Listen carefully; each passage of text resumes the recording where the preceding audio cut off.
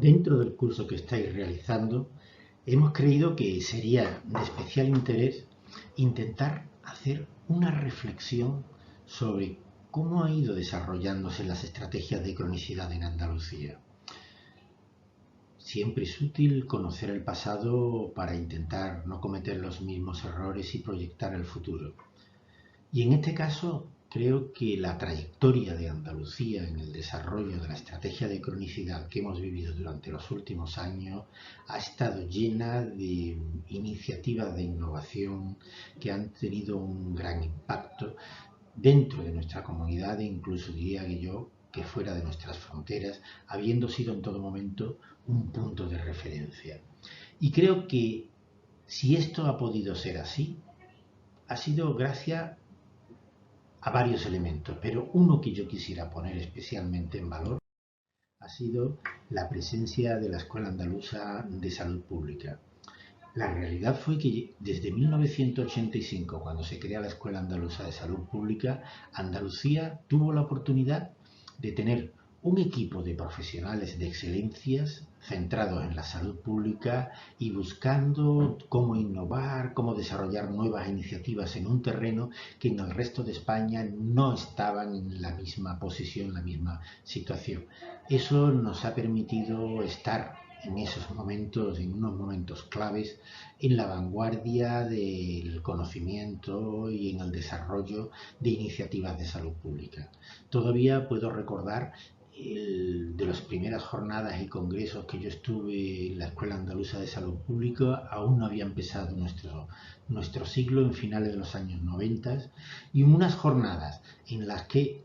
yo mismo, nuestro equipo, presentamos nuestra experiencia en el desarrollo de un programa de coordinación con 4 centros de salud de atención primaria, Cama, Candelaria, Polígono Sur, Montequinto, creo que fue, y en ellas nos dieron el premio de la mejor iniciativa de innovación y en esa jornada que estuvimos presentes, en la que se nos hizo entrega del premio a Hipatia, se estaba hablando ya de lo que era el modelo de gestión de enfermedades crónicas, de la gestión por proceso, de la gestión por enfermedades, lo cual era una posición absolutamente innovadora y de vanguardia respecto a lo que estaba ocurriendo en el resto del mundo y en el resto de España. Esto nos permitió que en estos primeros años del siglo se plantearan los diferentes planes de salud de Andalucía con una perspectiva diferente. Fue el momento en el que se decide centrar toda la organización sanitaria en el ciudadano. Eso que tanto durante los sucesivos años escuchamos de ciudadanos, centro del sistema, eso que fueron desarrollando después la Caixa Permanente y otras organizaciones internacionales en distintos foros, ya estaban sentándose las bases a finales de los años 90 y principios del 2000 en nuestro país. Por eso no es de extrañar que ya en fechas tan lejanas como fue el 2001 se planteará el diseño ya de planes integrales y de procesos asistenciales integrados y se diseñaran desde la propia Escuela Andaluza de Salud Pública y con grupos de trabajo de profesionales de todos los niveles asistenciales cómo iba a ser el diseño de los procesos asistenciales. En este entorno incluso se plantea ya de una manera verdaderamente innovadora cómo afrontar o abordar esa realidad distinta que se escapaba a cada una de las enfermedades que se planteaba ser un proceso asistencial y surge la necesidad y el reto de plantear el diseño de un proceso asistencial de atención al paciente pluripatológico. Aquello fue verdaderamente innovador y nos permitió a un grupo de internistas, enfermeras, trabajadoras sociales, médicos de familia y enfermeras de familia, reflexionar conjuntamente a fondo de qué era lo que representaba este tipo de paciente que cada vez empezaba a ser más emergente y cómo podíamos conceptualizar este tipo de paciente y cómo podíamos darle un modelo de atención de excelencia. En este sentido, incluso ya en el 2003 empezamos a ver la necesidad de desarrollar una unidad de atención médica integral que englobaran todos los dispositivos asistenciales para dar respuesta a estos pacientes. En 2002 ya se plantea en Andalucía toda la figura de lo que era la enfermera gestora de caso, la enfermería de enlace y el plan de atención a las cuidadoras. Va surgiendo poco después lo que era la tarjeta de cuidados, pero hemos de irnos a una fecha en donde se hace una apuesta clave ya desde el 2002 por el diseño de estos roles que perfectamente se fueron desarrollando después y se fue dando cada vez más peso en el diseño de una estrategia específica de cuidado que empieza a plantearse ya desde fechas tan tempranas como fue 2007. Igualmente, en 2003 empieza a desarrollarse todos los que son los servicios digitales. Surge Salud Responde en esta fecha siendo pionera en toda España en el desarrollo de esta iniciativa. Y realmente en todo lo que fue incluso la historia de salud digital, la primera historia de salud digital que se crea fue la andaluza en toda España y fue de las primeras en el mundo con un fuerte impulso y que después se transformaría en Diraya, pero fue ya en estas fechas cuando empiezan a desarrollarse todo este tipo de iniciativas que fueron después pioneras en el contexto de Salud Responde, la cita telefónica y todos estos servicios digitales que después se han ido desarrollando. Y eso nos permitió que fuera Andalucía la que antes implanta la receta electrónica de una manera más extendida, de tal manera que ya en el 2010 prácticamente se impone la receta electrónica en toda nuestra comunidad. En fechas también tan lejanas como puede ser el 2007 surge lo que el Observatorio de Prácticas Innovadoras en Cronicidad, ¿no? OPIMEC. Fue una iniciativa verdaderamente innovadora que surge antes de que otras comunidades planteen algo similar o incluso de que la Unión Europea creara un observatorio en la Unión Europea de cronicidad y en distintos foros y empieza en España a convertirse en un motor en Andalucía de distintas iniciativas. Un motor de formación en cronicidad, un motor de investigación en cronicidad, investigando y detectando focos de innovación que pudieran servirnos para emular en el desarrollo de la estrategia de cronicidad e incluso empezar a plantear la necesidad de crear un diccionario de cronicidad y empieza a organizar jornadas de cronicidad en Andalucía que fueron también pioneras. Igualmente, en el 2008 surge toda la iniciativa de lo que fue la escuela de paciente y el desarrollo de las primeras escuelas de paciente y toda la estrategia de apoyo al empoderamiento del paciente y de la formación de por pares entre iguales, surge en fechas tan distantes como el 2008, siendo paralela a la creación de la Universidad de Paciente en Cataluña, siendo ambas las dos primeras que empiezan a plantear en España esta estrategia que después ha ido emulándose en distintas comunidades autónomas y que fue permitiendo el desarrollo después de todos los foros de pacientes, las redes sociales de los pacientes, de las redes sociales de la escuela de pacientes, etcétera, etcétera, etcétera. E igualmente, cuando en el 2006 surge toda la ley de dependencia, se les permitió desarrollar otro de los pilares básicos para una estrategia de cronicidad, que fue todo el desarrollo de las prestaciones económicas y prestaciones de servicios de atención a los pacientes dependientes, y con lo cual una de las pilares o de las bases de la atención del estado del bienestar que estaban completamente abandonados a través de la ley de la dependencia, se empieza a abordar todo este desarrollo y permite que se vayan desarrollando distintas iniciativas, como fue poco después, pero de una manera bastante precoz, el intentar trabajar por la integración de la teleasistencia con Salud Responde y la coordinación de emergencia y intentar crear lo que en Andalucía fue pionera de un sitio de referencia, Reference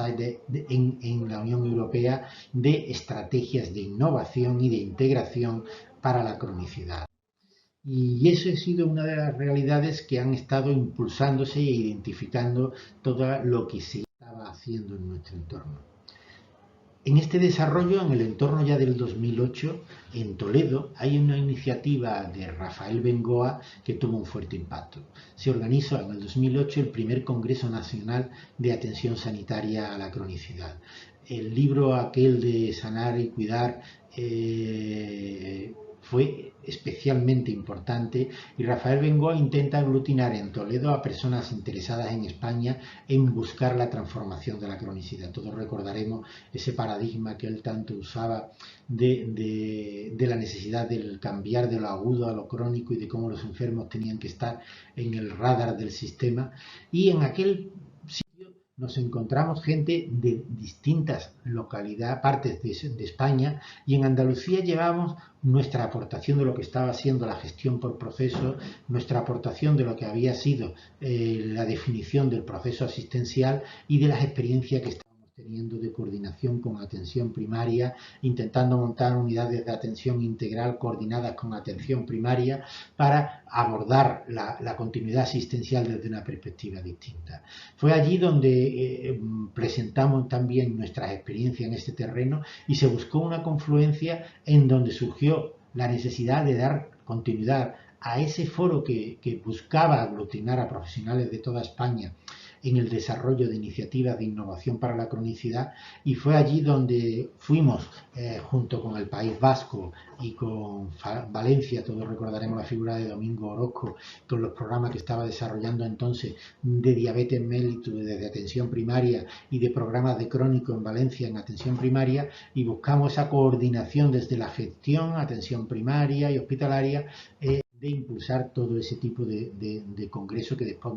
tuvieron continuidad durante muchos años. Y de allí surge también la organización de una conferencia nacional para la atención de los pacientes con enfermedades crónicas que se celebró aquí en Sevilla y en donde participaron todas las comunidades autónomas, las 17 sociedades científicas que estaban más implicadas en la atención de los pacientes crónicos desde la perspectiva de atención primaria, medicina interna, epidemiología, salud pública, rehabilitación, intentando generar una confluencia de todas las sociedades científicas, el foro de pacientes y además la participación de todas las comunidades autónomas y del Ministerio de Sanidad. Y entre todos se hizo la Declaración de Sevilla,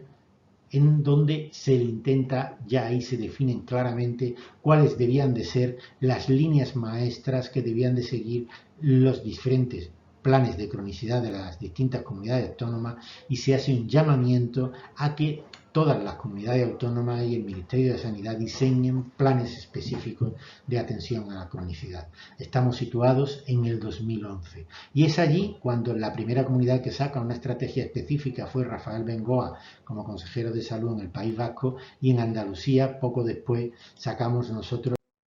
nuestra estrategia de comunidad, estrategia de cronicidad. La estrategia de cronicidad de Andalucía y luego influyó bastante en la del Ministerio, y en realidad esa conferencia de Sevilla y esa declaración de Sevilla marcó un poco lo que fueron durante esos años sucesivos las estrategias de cronicidad de todas las comunidades autónomas. En Andalucía se diseñó una estrategia de cronicidad muy ambiciosa porque pretendía utilizar todos los escenarios, la comunidad, el paciente, los profesionales, las tecnologías, el espacio compartido de encuentro de pacientes con todo el sistema de salud, y abordar las distintas líneas estratégicas de prevención y promoción de salud, la autonomía y corresponsabilidad del paciente, el modelo de atención integral e integrada, la necesidad de hacer un modelo verdaderamente integrada, la importancia de que todo esto tuviera una gestión poblacional, la importancia de que se evaluaran y tuviera una orientación a resultados,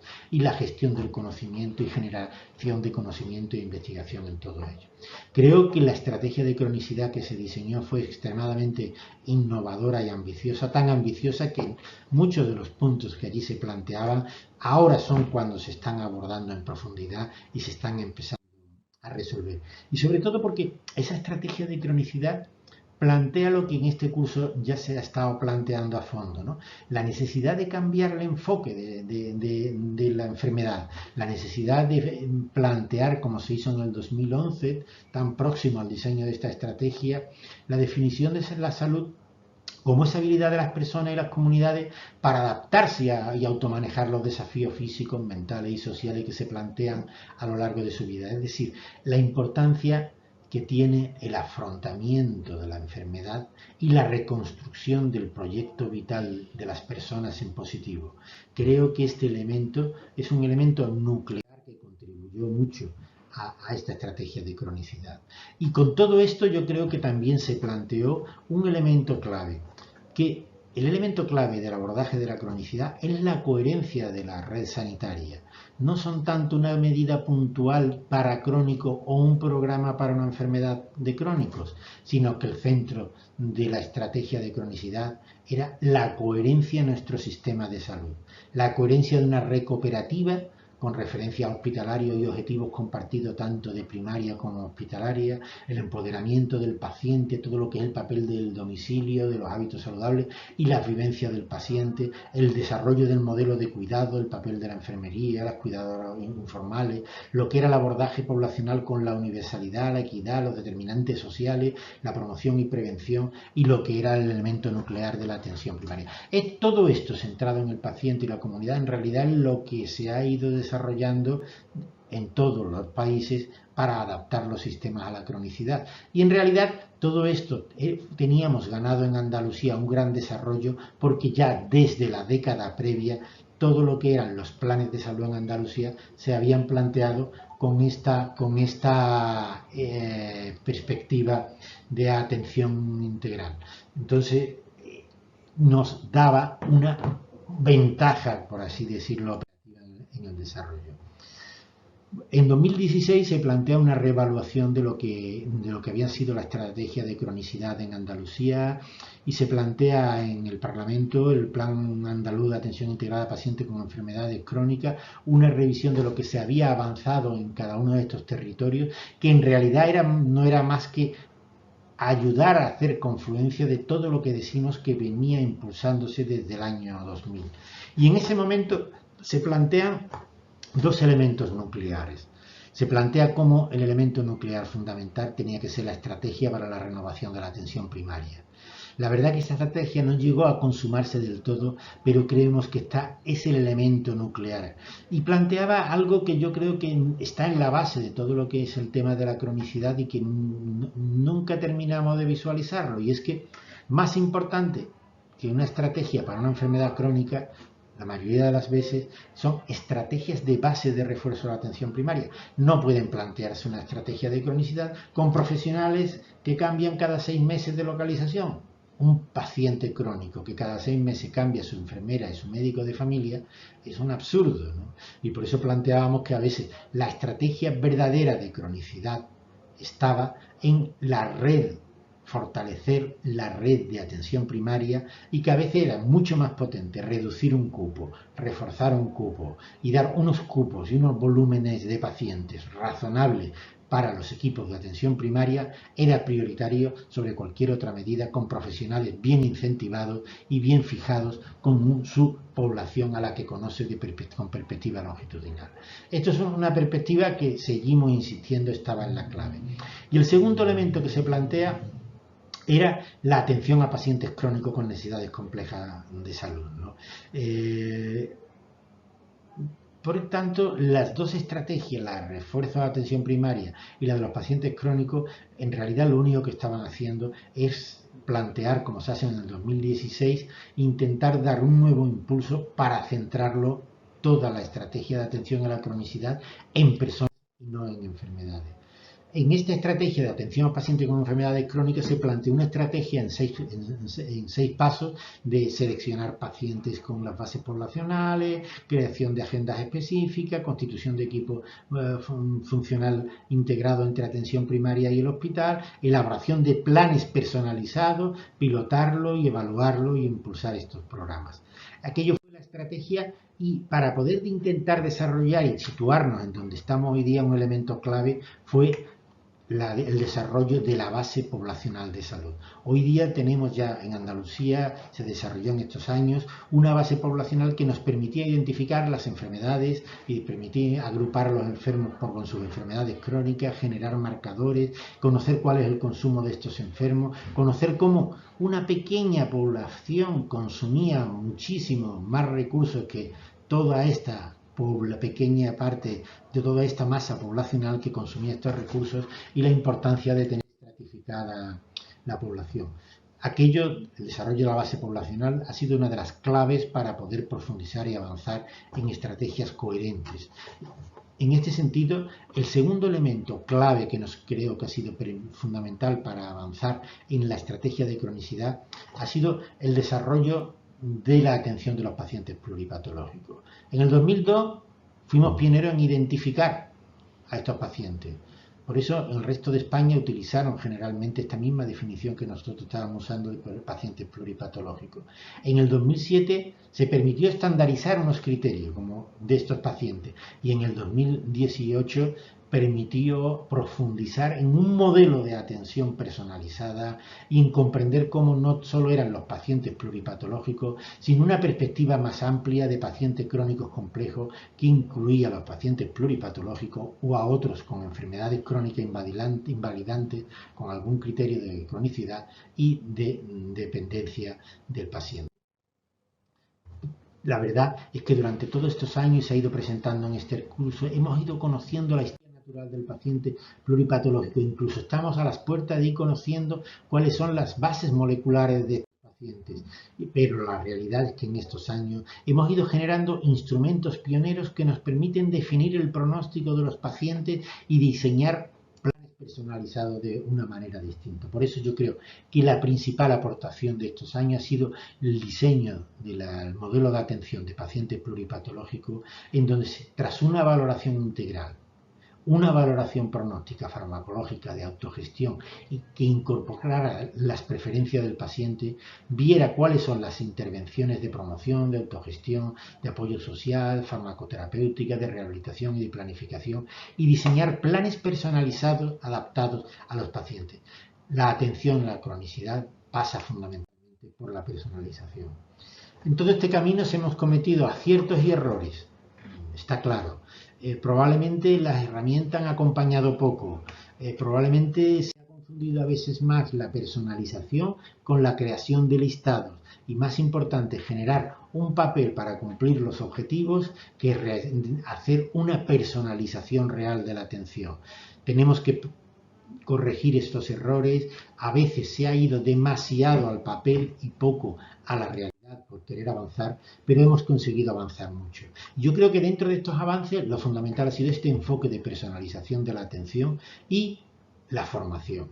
Creo que está jugando OPIMEC un papel clave en la atención de los pacientes. Durante estos años, los distintos cursos que se han ido desarrollando de OPIMEC, de atención a la cronicidad, no solo se han desarrollado cursos verdaderamente innovadores que han usado técnicas distintas, a poner como ejemplo cómo nos hemos atrevido a diseñar cortometrajes que ayudaran a reflexionar para vivirlas,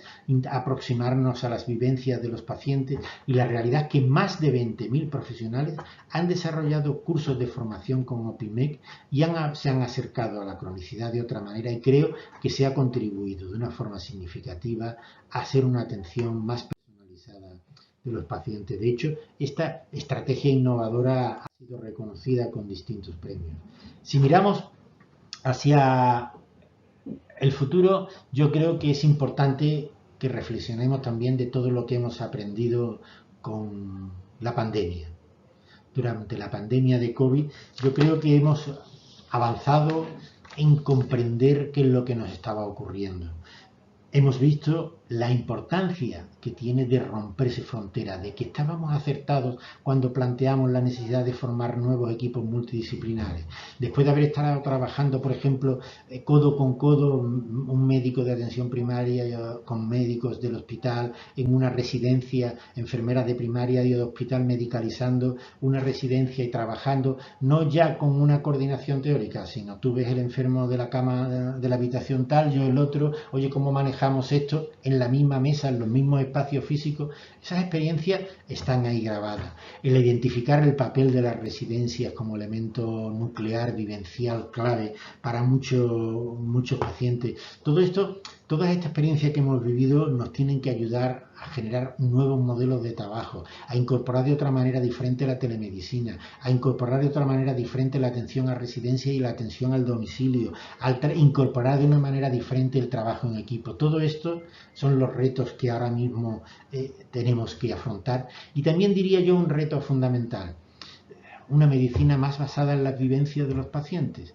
Tenemos que aprender a dialogar con los pacientes y la sociedad de una manera distinta. Tenemos que romper ese corsé farmacológico en donde cronicidad e innovación sea sinónimo de querer utilizar un nuevo fármaco, sin saber mirar a todas las nuevas fronteras que tenemos que mirar. Hablamos de la importancia de la reconstrucción de un proyecto vital. Y a veces ahí lo que es más importante todo el abordaje biopsicosocial, el reforzar los activos comunitarios, el utilizar nuevas herramientas, incorporar la rehabilitación de una perspectiva más amplia, incorporar el afrontamiento y el refuerzo de la adversidad y la resiliencia utilizando nuevas herramientas. Estamos explorando la utilización de las herramientas artísticas, la poesía, la música. La misma Organización Mundial de la Salud invita a todo esto. Es necesario afrontar todo esto de una manera distinta y es necesario que desarrollemos un nuevo diálogo de la sociedad. Nosotros en los últimos años hemos estado haciendo vivencias de diálogo con pacientes, de diálogo con grupos de trabajo, con la comunidad, con la sociedad, y creo que este es el camino que tendremos que desarrollar para desarrollar realmente la vivencia de los pacientes.